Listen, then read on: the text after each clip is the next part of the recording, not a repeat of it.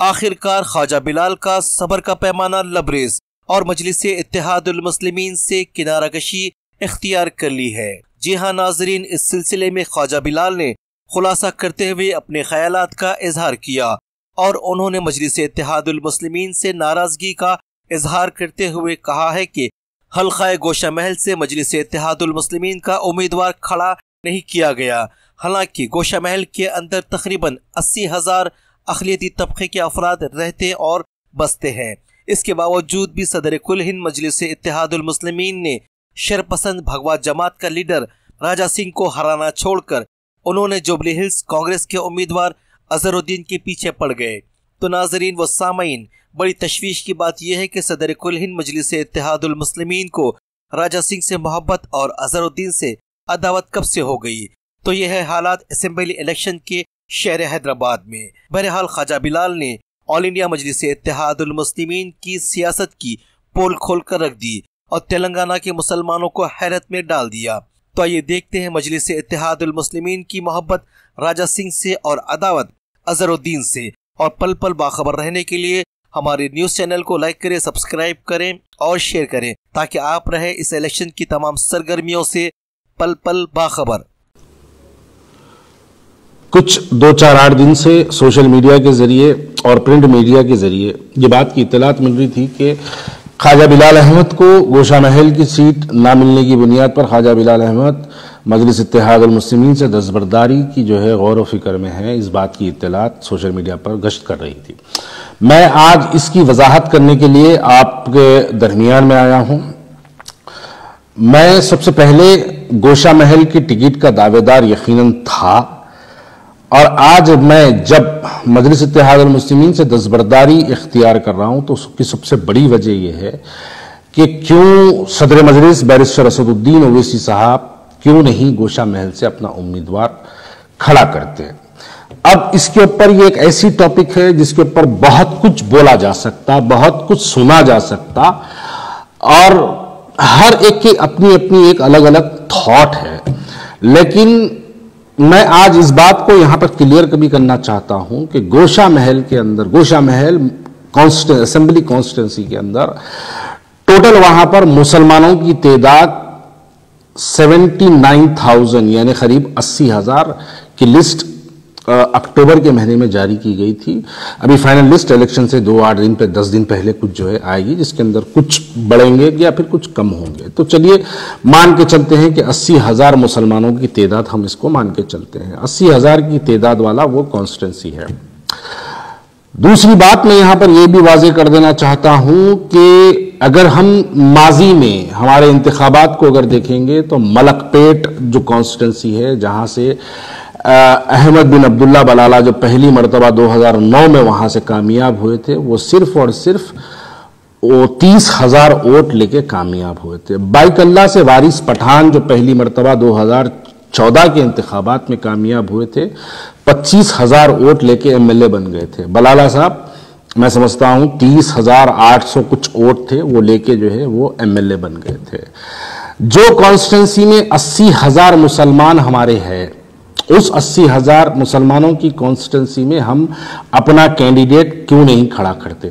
यहां पर मैं पूछना यह चाहता हूं, मजलिस इत्तेहादुल मुस्लिमीन की फाइनल लिस्ट आ चुकी है। मजलिस इत्तेहादुल मुस्लिमीन जुबली हिल्स से भी जो है अपना एक उम्मीदवार खड़ा करी है, राजेंद्र नगर से भी एक अपना उम्मीदवार खड़ा करी है। क्या हैदराबाद के मुसलमानों को इस बार यह बात को समझना जरूरी है कि हमको अजहरुद्दीन को हराना जरूरी है या राजा सिंह मलून को हराना जरूरी है? इस बात का जवाब आपको नहीं मिलेगा, लेकिन इसका जवाब आपको यकीनन मिलेगा। हिकमत अमली समझो कुल हिंद मजलिस इत्तेहादुल मुस्लिमीन की हिकमत अमली के नाम पे मुसलमानों के जज्बात से जो है हमेशा खेला जाता है। जहां पर 2009 का जो स्टाइल था मलकपेट पे, जिस अंदाज में मलकपेट कॉन्स्टिट्यूंसी पे मजलिस इत्तेहादुल मुस्लिमीन ने अपना कब्जा गाड़ा, अपनी हुकूमत वहां पर जो कायम की, जो अब तक भी कंटिन्यू चल रही है, क्या हम उस अंदाज में गोशा महल नहीं लड़ सकते थे? इसका जवाब आपको नहीं मिलेगा, कोई भी इसका जवाब नहीं देगा। वो मलून दिन बर दिन सरकार की शान में गुस्ताखी करता है, हम मुसलमानों के दिलों को ठेस पहुंचाने वाले बयानात देता है, और मेरी जमात कुल हिंद मजलिस इत्तेहादुल मुस्लिमीन के पास ऐसा कोई प्लान, ऐसा कोई मंसूबा नहीं है कि उस मलून को हराया जाए। क्योंकि ये तमाम लोग जानते हैं कि मैं कांग्रेस से जब मजलिस इत्तेहादुल मुस्लिमीन में दोबारा शमूलियत इख्तियार किया था, जब बैरिस्टर असदुद्दीन ओवैसी साहब ने ये बात को हमको कहा था कि आइए भारतीय जनता पार्टी को हराने के लिए आप हमारा साथ दीजिए। शायद लोगों को याद नहीं है, लेकिन हैदराबाद के लोगों का हाफिजा भी बड़ा कमजोर होता है। उस वक्त भारतीय जनता पार्टी एक बहुत बड़े पैमाने पर म्युनिसिपल इलेक्शंस के अंदर जो है वो काम कर रही थी, जिसके नतायज भी आपके सामने हैं। उनके पास 40 से ज्यादा कॉरपोरेटर्स उनके कामयाब हुए। उस वजह से हमने भारतीय जनता पार्टी के बढ़ते हुए अज़ाइम को रोकने के लिए हमने यकीनन मजलिस इत्तेहादुल मुस्लिमीन का साथ दिया। अब यहां पर सवाल यह पैदा होता है कि आप बिहार जाकर वहां पर 100 सीटें लड़ाते हैं, जहां पर आपकी कोई शाख नहीं है। गोशा महल में आपके 2 कॉरपोरेटर, जहां पर आपकी कोई शाख नहीं है। उत्तर प्रदेश जाके आप वहां पर 100 से ज्यादा सीटें लड़ाते हैं। गोशा महल हैदराबाद पार्लियामेंट्री कॉन्स्टिट्यूंसी में आता है, जहां के एमपी खुद असदुद्दीन ओवैसी साहब है, और जो हर इंतखाबात में जब जब इलेक्शन होते हैं, पार्लियामेंट के जब भी इलेक्शन होते हैं, असदुद्दीन ओवैसी साहब वहां से 30-30 हजार 40-40 हजार वोट जो है असदुद्दीन ओवैसी साहब वहां से हासिल करते हैं। क्या मजलिस इत्तेहादुल मुस्लिमीन जहां पर 40 हजार वोट हासिल करती है, जहां पर उनके 2 कॉरपोरेटर मौजूद है, जहां पर उनके इफ्तदाई के सुदूर मुहतमदीन मौजूद है, जहां पर उनकी एक बड़ी तादाद में जहां पर जो है उनके एक 80 हजार से ज्यादा मुसलमान वोटर्स जहां पर मौजूद है, क्या मुसलमान वहां पर अपना कैंडिडेट मजलिस इत्तेहादुल मुस्लिमीन नहीं खड़ाती? इसका जवाब आपको दूसरी जानिब से ये मिलेगा, ये कहेंगे कि नहीं, हिकमत अमली समझो, हम टीआरएस या कांग्रेस की ताईद में अपने कैंडिडेट का ऐलान करते हैं। हमने माजी में भी देख लिया कि आपने इससे पहले मुकेश गौड़ की ताईद की, वो भी हार गया। इससे पहले आपने टीआरएस की ताईद की, वो भी हार गया। इस मर्तबा बीआरएस की ताईद करेंगे, वो भी हारेगा। आपके पास कोई मंसूबा नहीं है। क्यों? ऐसी क्या बात है जो राजा सिंह को जो है आप इतनी शिद्दत से मोहब्बत करते हैं कि उसको आप बार बार कामयाब कराना चाहते हैं? अब मैं वाज़ेह तौर पे कह दूं, आने वाले पार्लियामेंट इलेक्शन में आप देख लीजिए, उस मलून को भारतीय जनता पार्टी का कैंडिडेट बनाया जाएगा पार्लियामेंट इलेक्शंस के लिए हैदराबाद के।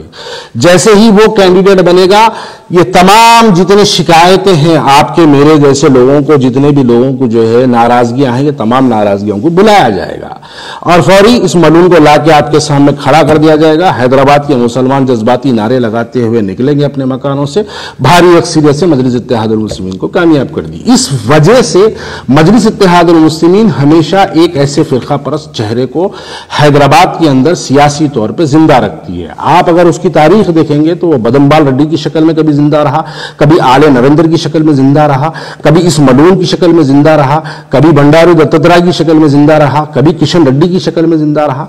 तो ये हमेशा इस तरीके से मजलिस इत्तेहादुल मुस्लिमीन एक अपने फिरका परस्त चेहरे को जिंदा रखती है।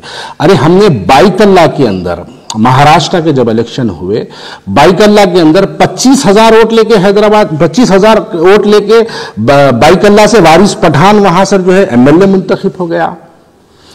मलकपेट को जब आप देखेंगे, मलकपेट के अंदर 30,000 वोट लेके अहमद बिन अब्दुल्ला बलाला पहली मरतबा एमएलए बन गए। जाहिर सी बात है, बनने के बाद अपनी कारकर्दगी करेंगे, वहां पर मुसलमानों के वोटों की तादाद बढ़ाने का काम करेंगे। अरे हम लड़ेंगे ही नहीं तो हम जीतेंगे कहीं को? फिर वो काशीराम का नारा कहां गया बैरिस्टर असदुद्दीन ओवैसी साहब के? पहली बार लड़ेंगे, दूसरी बार हराएंगे, तीसरी बार जीतेंगे। वो नारा क्या सिर्फ बिहार, उत्तर प्रदेश और महाराष्ट्र के लिए है? क्या वो नारा इनके लिए, गोशा महल के लिए नहीं बनता? ये बातें समझ के बाहर है। जब हम ऐसी सवाल करते हैं तो फौरी अब आगे मुनाफिकत का नारा लग जाता। फौरन आगे लोग कहते हैं कि भाग गया, आप जमात छोड़ दिया, टिकट नहीं मिली। अरे मेरे को टिकट मिलो ना मिलो, अगर टिकट की मुझे ख्वाहिश होती तो मैं बैरिस्टर असदुद्दीन ओवैसी से याकूबपुरा पूछता। अगर मेरे को एमएलए बनने की ख्वाहिश होती तो मैं बैरिस्टर असदुद्दीन ओवैसी से तमरान गुट्टा पूछता। अगर मुझे एमएलए बनने की ख्वाहिश होती तो मैं बैरिस्टर असदुद्दीन से चारमीनार पूछता। मैं क्यों बैरिस्टर असदुद्दीन ओवैसी साहब से मैंने क्यों गोशा महल पूछा? मैंने उनसे गोशा महल इसलिए पूछा कि उस मलून को उसकी भाषा में, उसकी जबान में जिस तरीके से वो हमारे दिलों को तकलीफ पहुंचाता है। सियासी जमहूरियत है, जमहूरियत में हमको मौका मिलता है, मौके के तहत हम जाके उसको उसकी भाषा में जबान देते और मुसलमानों के इत्तेहाद का मुजाहरा करके हम उसको बता के आते। लेकिन नहीं, उसको सियासी तौर पर जिंदा रखना है, इस वास्ते वहां पर उसको कामयाब होने के लिए फ्री वॉक दिया जाता है। 3 इलेक्शन में उसको फ्री वॉक दिया था। आप सवाल करिए बैरिस्टर असदुद्दीन ओवैसी साहब के पास कि क्या मंसूबा है बैरिस्टर असदुद्दीन ओवैसी साहब के पास राजा सिंह को जो है गोशा महल से रोकने के लिए? कोई जवाब नहीं मिलेगा आपको इसका।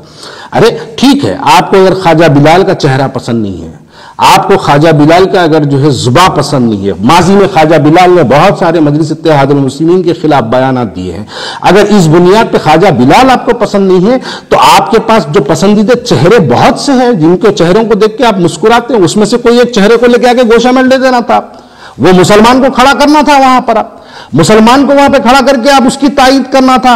बीआरएस के जो आपके जो ताल्लुकात है, उस ताल्लुकात की बुनियाद पे बीआरएस से आप एक अच्छे से हिंदू कैंडिडेट को लाना था और उसको बोलना था कि तुम मुस्लिम बस्तियों में इंटर मत हो, हिंदू बस्तियों में जाओ, काम करो, उनके वोटों को आप पोलराइज कराना था, जैसा आप करते हैं, जैसा आप फिरोज खान के लिए करते हैं, जैसा मलक नामपल्ली के लिए आप करते हैं, जैसा मलकपेट के लिए आप करते हैं, जैसे याकूबपुरे के अंदर हिंदू वोटों को बाइफिकेट करने के लिए आप काम करते हैं, वैसे ही लेके जाके राजा सिंह के खिलाफ में आप टीआरएस से हिंदू कैंडिडेट को वहां पर डलाना था और केटीआर जो आपके मामू भांजे जो भी है, आप उनके जरिए उसको इंस्ट्रक्शंस पास करना था कि मुस्लिम बस्तियों में काम नहीं करना, मुसलमानों की 80% है, तुम जाओ हिंदू बस्तियों में काम करो।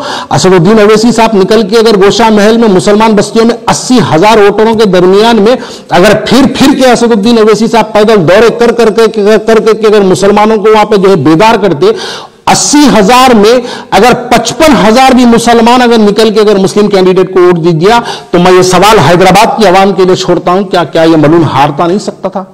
अरे जाती पैसा हम लगा देते, लोगों से चंदा मांग के लेके जाके गोशा महल लड़ा देते अगर आप किसी मुसलमान को देते। मैं अपनी जात के तौर पे अल्लाह के फजलो करम से चंदे की जरूरत नहीं है, मैं अपनी जात से 2, 4, 8 करोड़ लगाता, गोशा महल उसके वो मलून के खिलाफ में इलेक्शन लड़ता और ये बताता कि उसको मुसलमानों का इत्तेहाद ये होता है।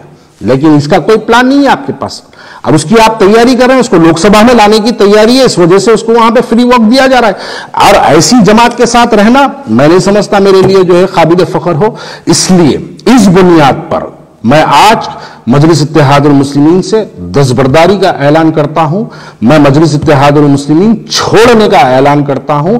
आगे मैं क्या करूंगा, किसके साथ जाऊंगा भी या नहीं जाऊंगा, या सियासत में रहूंगा या नहीं रहूंगा तो किसके साथ रहूंगा, इसका ऐलान मैं सोशल मीडिया, प्रिंट मीडिया के जरिए मैं हमारे लोगों तक पहुंचाते रहूंगा। लेकिन यह बात बिल्कुल हैदराबाद के मेरे जैसे मुसलमान के लिए नाकाबिल कबूल है कि क्यों नहीं हम गोशा महल में जहां पर 80,000 मुसलमान हमारे हैं, क्यों नहीं हम वहां से मुसलमान के कैंडिडेट को खड़ा करते हैं, क्यों नहीं हम बीआरएस का इस्तेमाल करके, टीआरएस का इस्तेमाल करके हम क्यों नहीं वहां पर जो है हिंदू वोटों के अंदर जो है हम बाइफिकेट करने का काम करते और मुसलमानों में इत्तेहाद का नारा लगा के हम मुसलमानों को घरों से निकालते और इस मलून के खिलाफ मुसलमान एक तौर पर मैं समझता हूं अगर हम मुसलमानों के अंदर अगर निकल के अगर जो है हम पैदल दौरे करते, उनके छोटे छोटे ग्रुप मिसिंग करते, तो घरों से चुमटियों की तरह मुसलमान निकलकर जो है पोलिंग के दिन अपने वोटों का मुजाहरा करते और ये मलून हारता। आप देखिए कोई पॉलिसी नहीं है मजलिस इत्तेहादुल मुस्लिमीन के पास। एक पॉलिसी बता दीजिए कि राजा सिंह को मलून को हराने की एक पॉलिसी बता दीजिए। नहीं, उसको सियासी तौर पर जिंदा रखना चाहते हैं और ऐसी जमात जो इस गुस्ताख रसूल को जिंदा रखना चाहते हैं, बखुदा ऐसी जमात के साथ मैं रहना मुनासिब नहीं समझता हूं। इसलिए आज मैं कुलीन मजलिस इत्तेहादुल मुस्लिमीन से अपना दस्तबरदारी का ऐलान करता हूं। शुक्रिया बहुत बहुत।